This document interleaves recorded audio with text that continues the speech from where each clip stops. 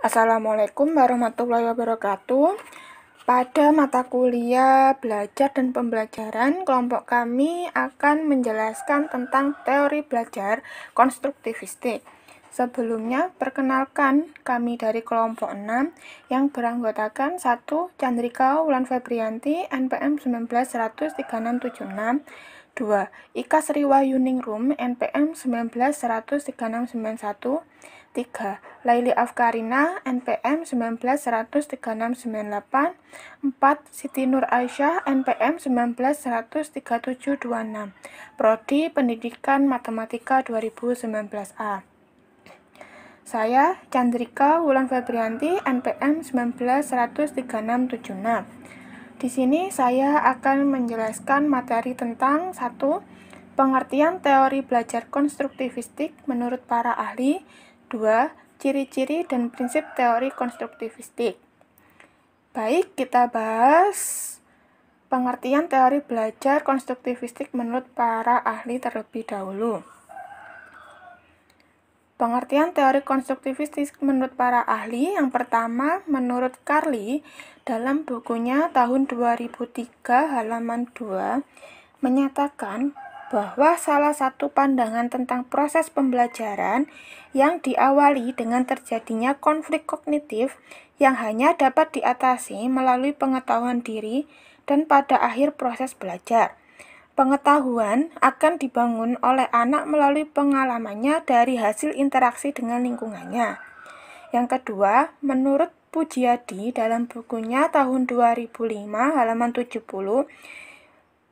menyatakan bahwa konstruktivisme bertitik tolak dari pembentukan pengetahuan dan rekonstruksi pengetahuan, yaitu mengubah pengetahuan yang dimiliki seseorang yang telah dibangun atau dikonstruk sebelumnya dan perubahan itu sebagai akibat dari interaksi dengan lingkungannya. Yang ketiga, menurut Mateus dalam Paul Suparno dalam bukunya tahun 1997 halaman 17-18 menyatakan bahwa salah satu filsafat pengetahuan yang menekankan bahwa pengetahuan kita adalah konstruksi atau bentukan kita sendiri. Yang keempat, menurut Jean Piaget, yaitu memandang perkembangan kognitif sebagai suatu proses di mana anak secara aktif membangun sistem makna dan pemahaman realitas melalui pengalaman-pengalaman dan interaksi mereka. Proses tumbuh dan berkembangnya pengetahuan melalui pengalaman. Yang terakhir, pengertian secara umum.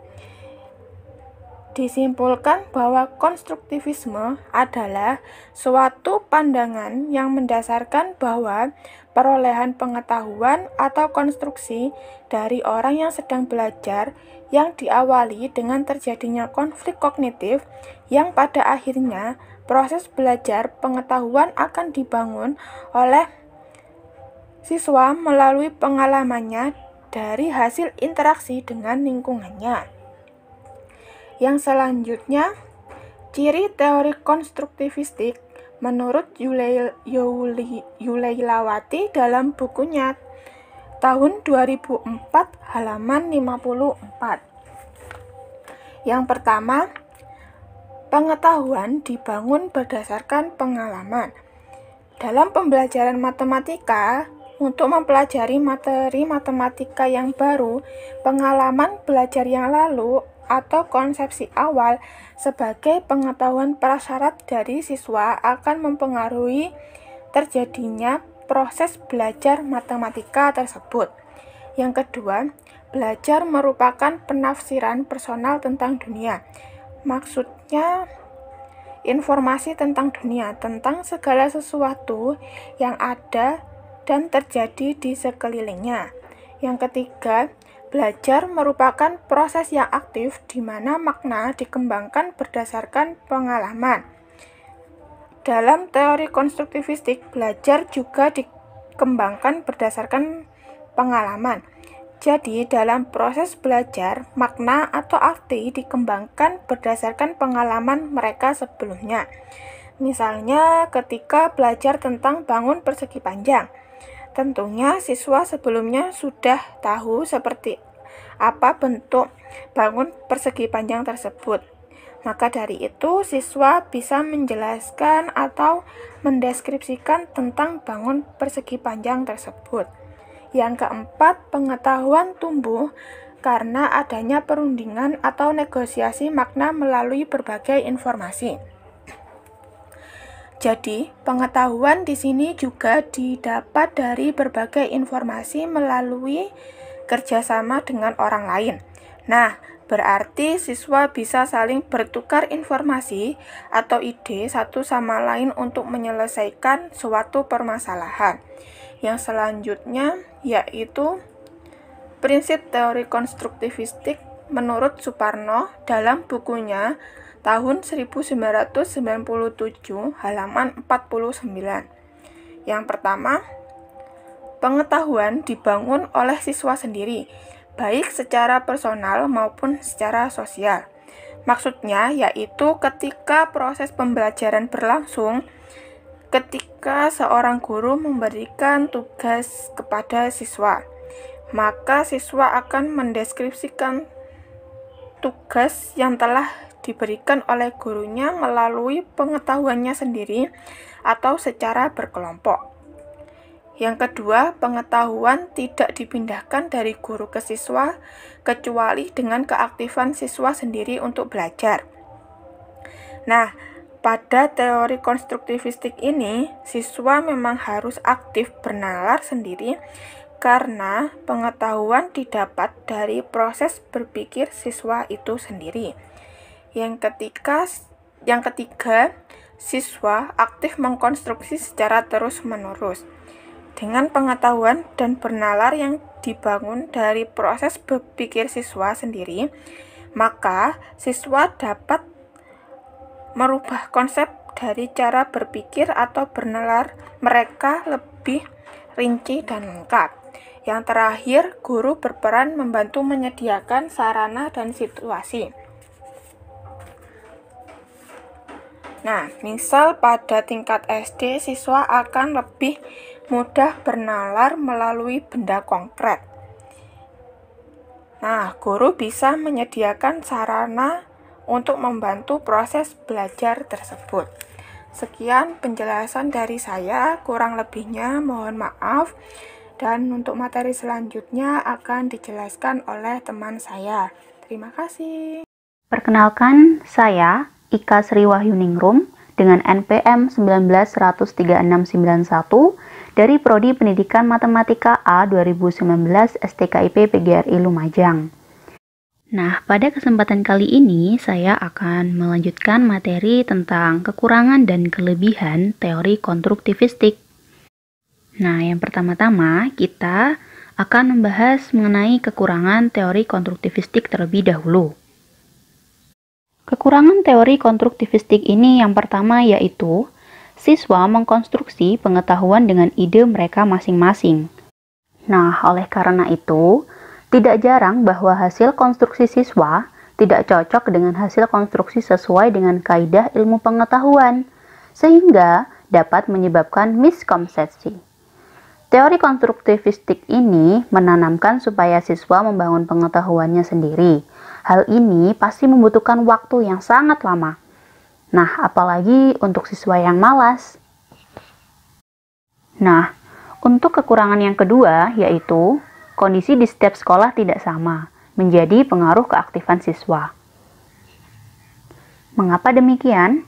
Karena kondisi di setiap sekolah pun mempengaruhi keaktifan siswa dalam membangun pengetahuan yang baru dan keaktifan siswa.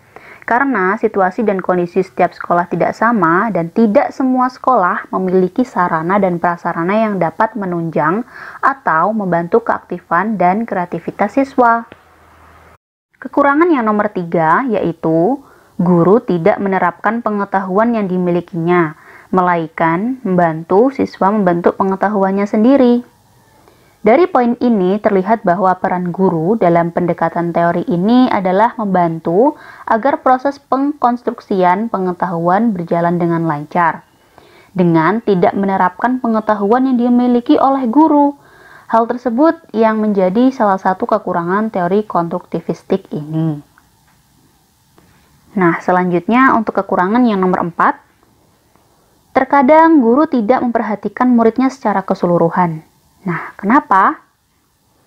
Misalkan guru tidak memberi kesempatan pada peserta didiknya untuk menyelesaikan suatu masalah atau berdiskusi sehingga peserta didik hanya mendapat pelajaran yang itu-itu saja. Jadi, pola pikir peserta didik tidak berkembang. Nah, untuk kekurangan yang nomor 5, guru seharusnya tidak berperan sebagai orang yang kaku dan harus ditakuti. Guru seharusnya berperan sebagai teman bagi peserta didiknya, sehingga peserta didik dapat berinteraksi dengan baik dalam membina pengetahuan yang baru. Dan kekurangan teori konstruktivistik ini yang terakhir, yaitu apabila peserta didik tidak dilibatkan dalam pembelajaran praktik, maka daya ingat dan pengetahuan peserta didik tidak akan berkembang dengan baik. Dan apabila diberi materi baru, pasti materi sebelumnya akan dilupakan. Jadi, jika peserta didik dilibatkan secara langsung dalam praktik pembelajaran, biasanya akan melekat dalam memori ingatannya dan secara otomatis dapat membantu dalam mengembangkan pengetahuannya. Setelah kita membahas mengenai kekurangan teori konstruktivistik ini, tentu saja ada kekurangan dan ada kelebihannya. Nah, untuk kelebihan teori konstruktivistik ini ada 5. Yang pertama, berpikir. Dalam proses membina pengetahuan baru, murid diajarkan berpikir untuk menyelesaikan masalah atau sebuah studi kasus dan dapat mengembangkannya menjadi sebuah ide atau membuat keputusan. Kelebihan yang nomor 2 adalah paham. Maksudnya, dalam proses pembelajaran, murid harus terlibat langsung dalam mengembangkan sebuah pengetahuan baru. Sehingga, peserta didik akan lebih paham dan boleh mengaplikasikannya dalam sebuah situasi. Untuk kelebihan yang nomor 3 yaitu daya ingat. Yang dimaksud daya ingat di sini adalah murid harus terlibat secara langsung dengan aktif sehingga mereka akan ingat lebih lama semua konsep yang ada. Yakni dengan cara murid melakukan pendekatan membina sendi kefahaman mereka. Dengan cara itu, mereka akan yakin dalam menghadapi dan menyelesaikan masalah dalam situasi baru. Selanjutnya, kelebihan yang nomor 4 adalah kemahiran sosial. Maksudnya, di sini dapat kita peroleh apabila seorang murid berinteraksi dengan guru dan rekan dalam membina pengetahuan yang baru. Jadi, semakin banyak berinteraksi, maka akan banyak pengetahuan baru yang akan diperoleh oleh peserta didik. Untuk kelebihan yang nomor 5 atau yang terakhir, yaitu senang. Karena siswa terlibat secara terus-menerus, maka mereka akan paham, ingat, yakin, dan berinteraksi, maka akan timbul semangat dalam belajar dan membina pengetahuan baru. Nah, sama saja dengan pepatah Jawa yang mengatakan Tresno jalaran saka kulino. Jadi, semakin kita terbiasa dan terlibat secara terus-menerus, maka kita akan senang dan akan berdampak pada semangat belajar kita. Baik, sekian penjelasan dari saya mengenai kekurangan dan kelebihan teori konstruktivistik. Selebihnya akan dilanjutkan oleh rekan saya, Saudari Laili Afkarina. Terima kasih. Assalamualaikum warahmatullahi wabarakatuh. Perkenalkan, nama saya Laili Afkarina, NPM 191003698. Di sini saya akan melanjutkan pembahasan dari materi yang sudah dijelaskan oleh teman saya sebelumnya. Sub pokok bahasan kali ini adalah langkah-langkah pembelajaran teori konstruktivistik dan juga penerapan pembelajaran teori konstruktivistik. Langkah-langkah dalam pembelajaran teori konstruktivistik Yang pertama adalah orientasi, yang kedua elisitasi, yang ketiga restrukturasi ide, yang keempat aplikasi ide, dan juga yang kelima review. Mari kita bahas satu persatu. Yang pertama, orientasi. Orientasi adalah masa perkenalan untuk bisa menentukan sikap, berubah arah, dan juga pandangan pikiran seseorang. Di sini, murid diberi kesempatan untuk mengembangkan motivasi dalam mempelajari suatu topik, dan juga murid diberi kesempatan untuk mengadakan observasi terhadap topik yang hendak dipelajari. Nah, dalam pembelajaran matematika, menurut NCTM atau National Council of Teachers of Mathematics tahun 2000 menegaskan bahwa pembelajaran matematika diorientasikan untuk membangun pemahaman atau konsep understanding peserta didik terhadap matematika, di mana dengan pemahaman tersebut peserta didik diharapkan dapat terbantu dalam menyelesaikan masalah baru yang dihadapinya di kemudian hari. Dan langkah yang kedua adalah elisitasi. Elisitasi adalah seleksi pendapat. Teknik ini tepat untuk meningkatkan kemampuan berbicara siswa untuk berani berpendapat. Di sini, murid dibantu untuk mengungkapkan idenya secara jelas dengan berdiskusi, menulis, membuat poster, dan lain sebagainya. Murid diberi kesempatan untuk mendiskusikan apa yang diobservasikannya dalam wujud tulisan, gambar, atau poster. Langkah yang ketiga adalah restrukturasi ide atau klarifikasi ide. Dalam restrukturasi ide ini ada 3 tahap. Yang pertama, berhadapan dengan ide-ide lain. Yang kedua, membangun ide yang baru. Dan yang ketiga, mengevaluasi ide. Berhadapan dengan ide-ide lain, seseorang atau siswa dapat terangsang untuk merekonstruksikan gagasannya.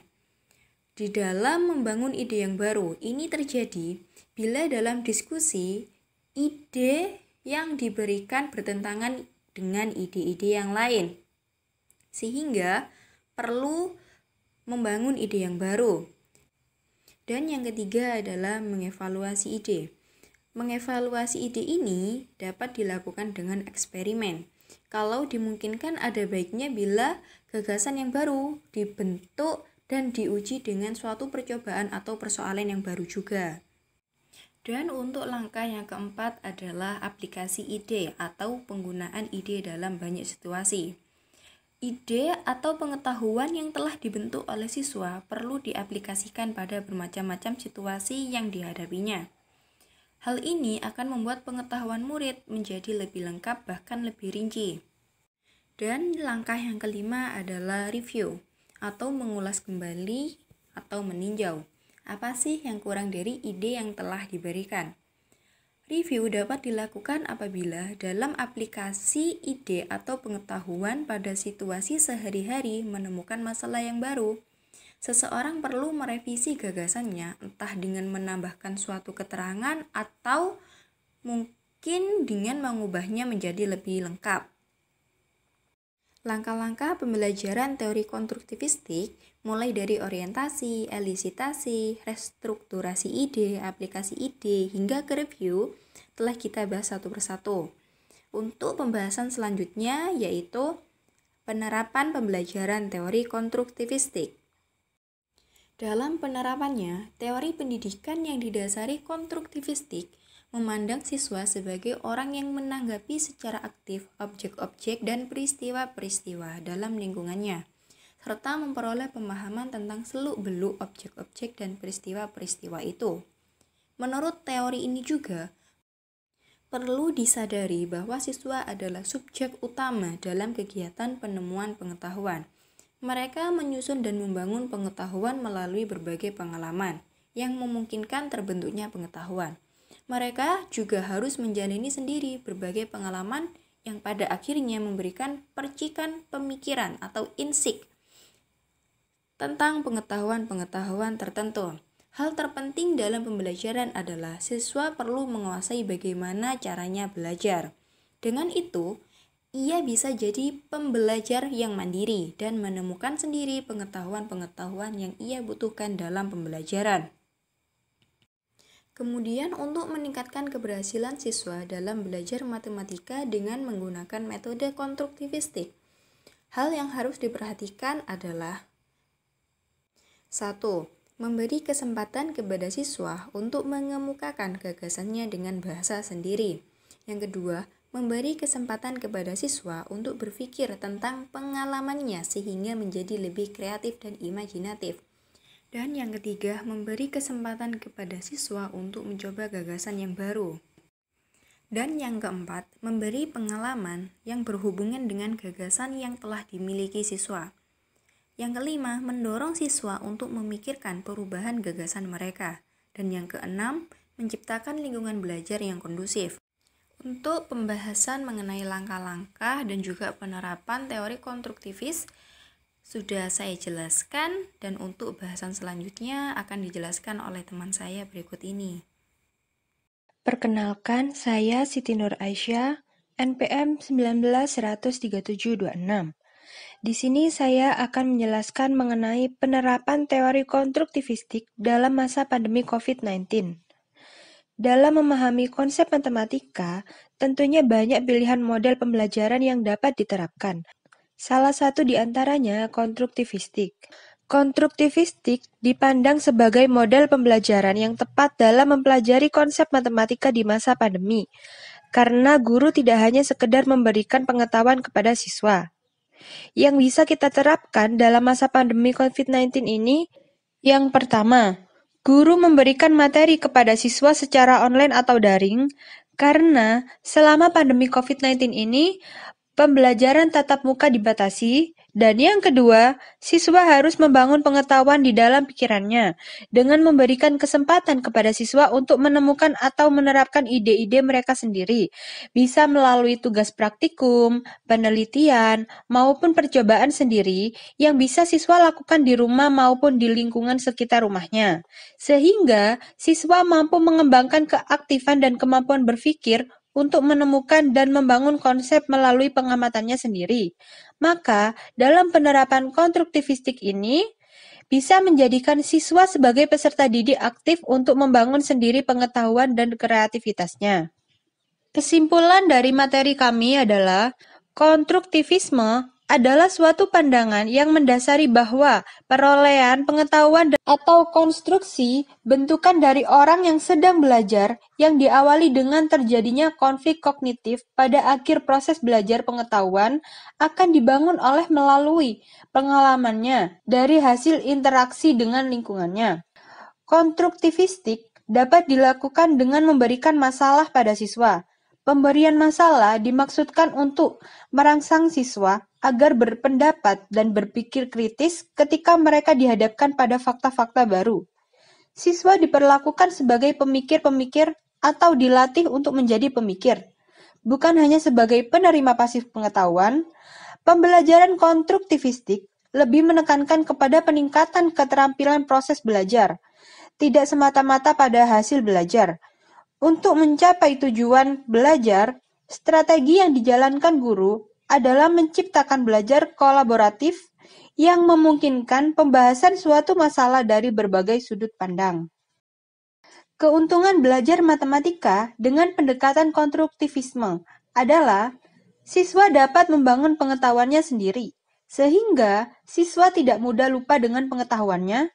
Yang kedua, menciptakan suasana belajar yang menyenangkan karena menggunakan realitas kehidupan sehingga siswa tidak cepat bosan untuk belajar matematika.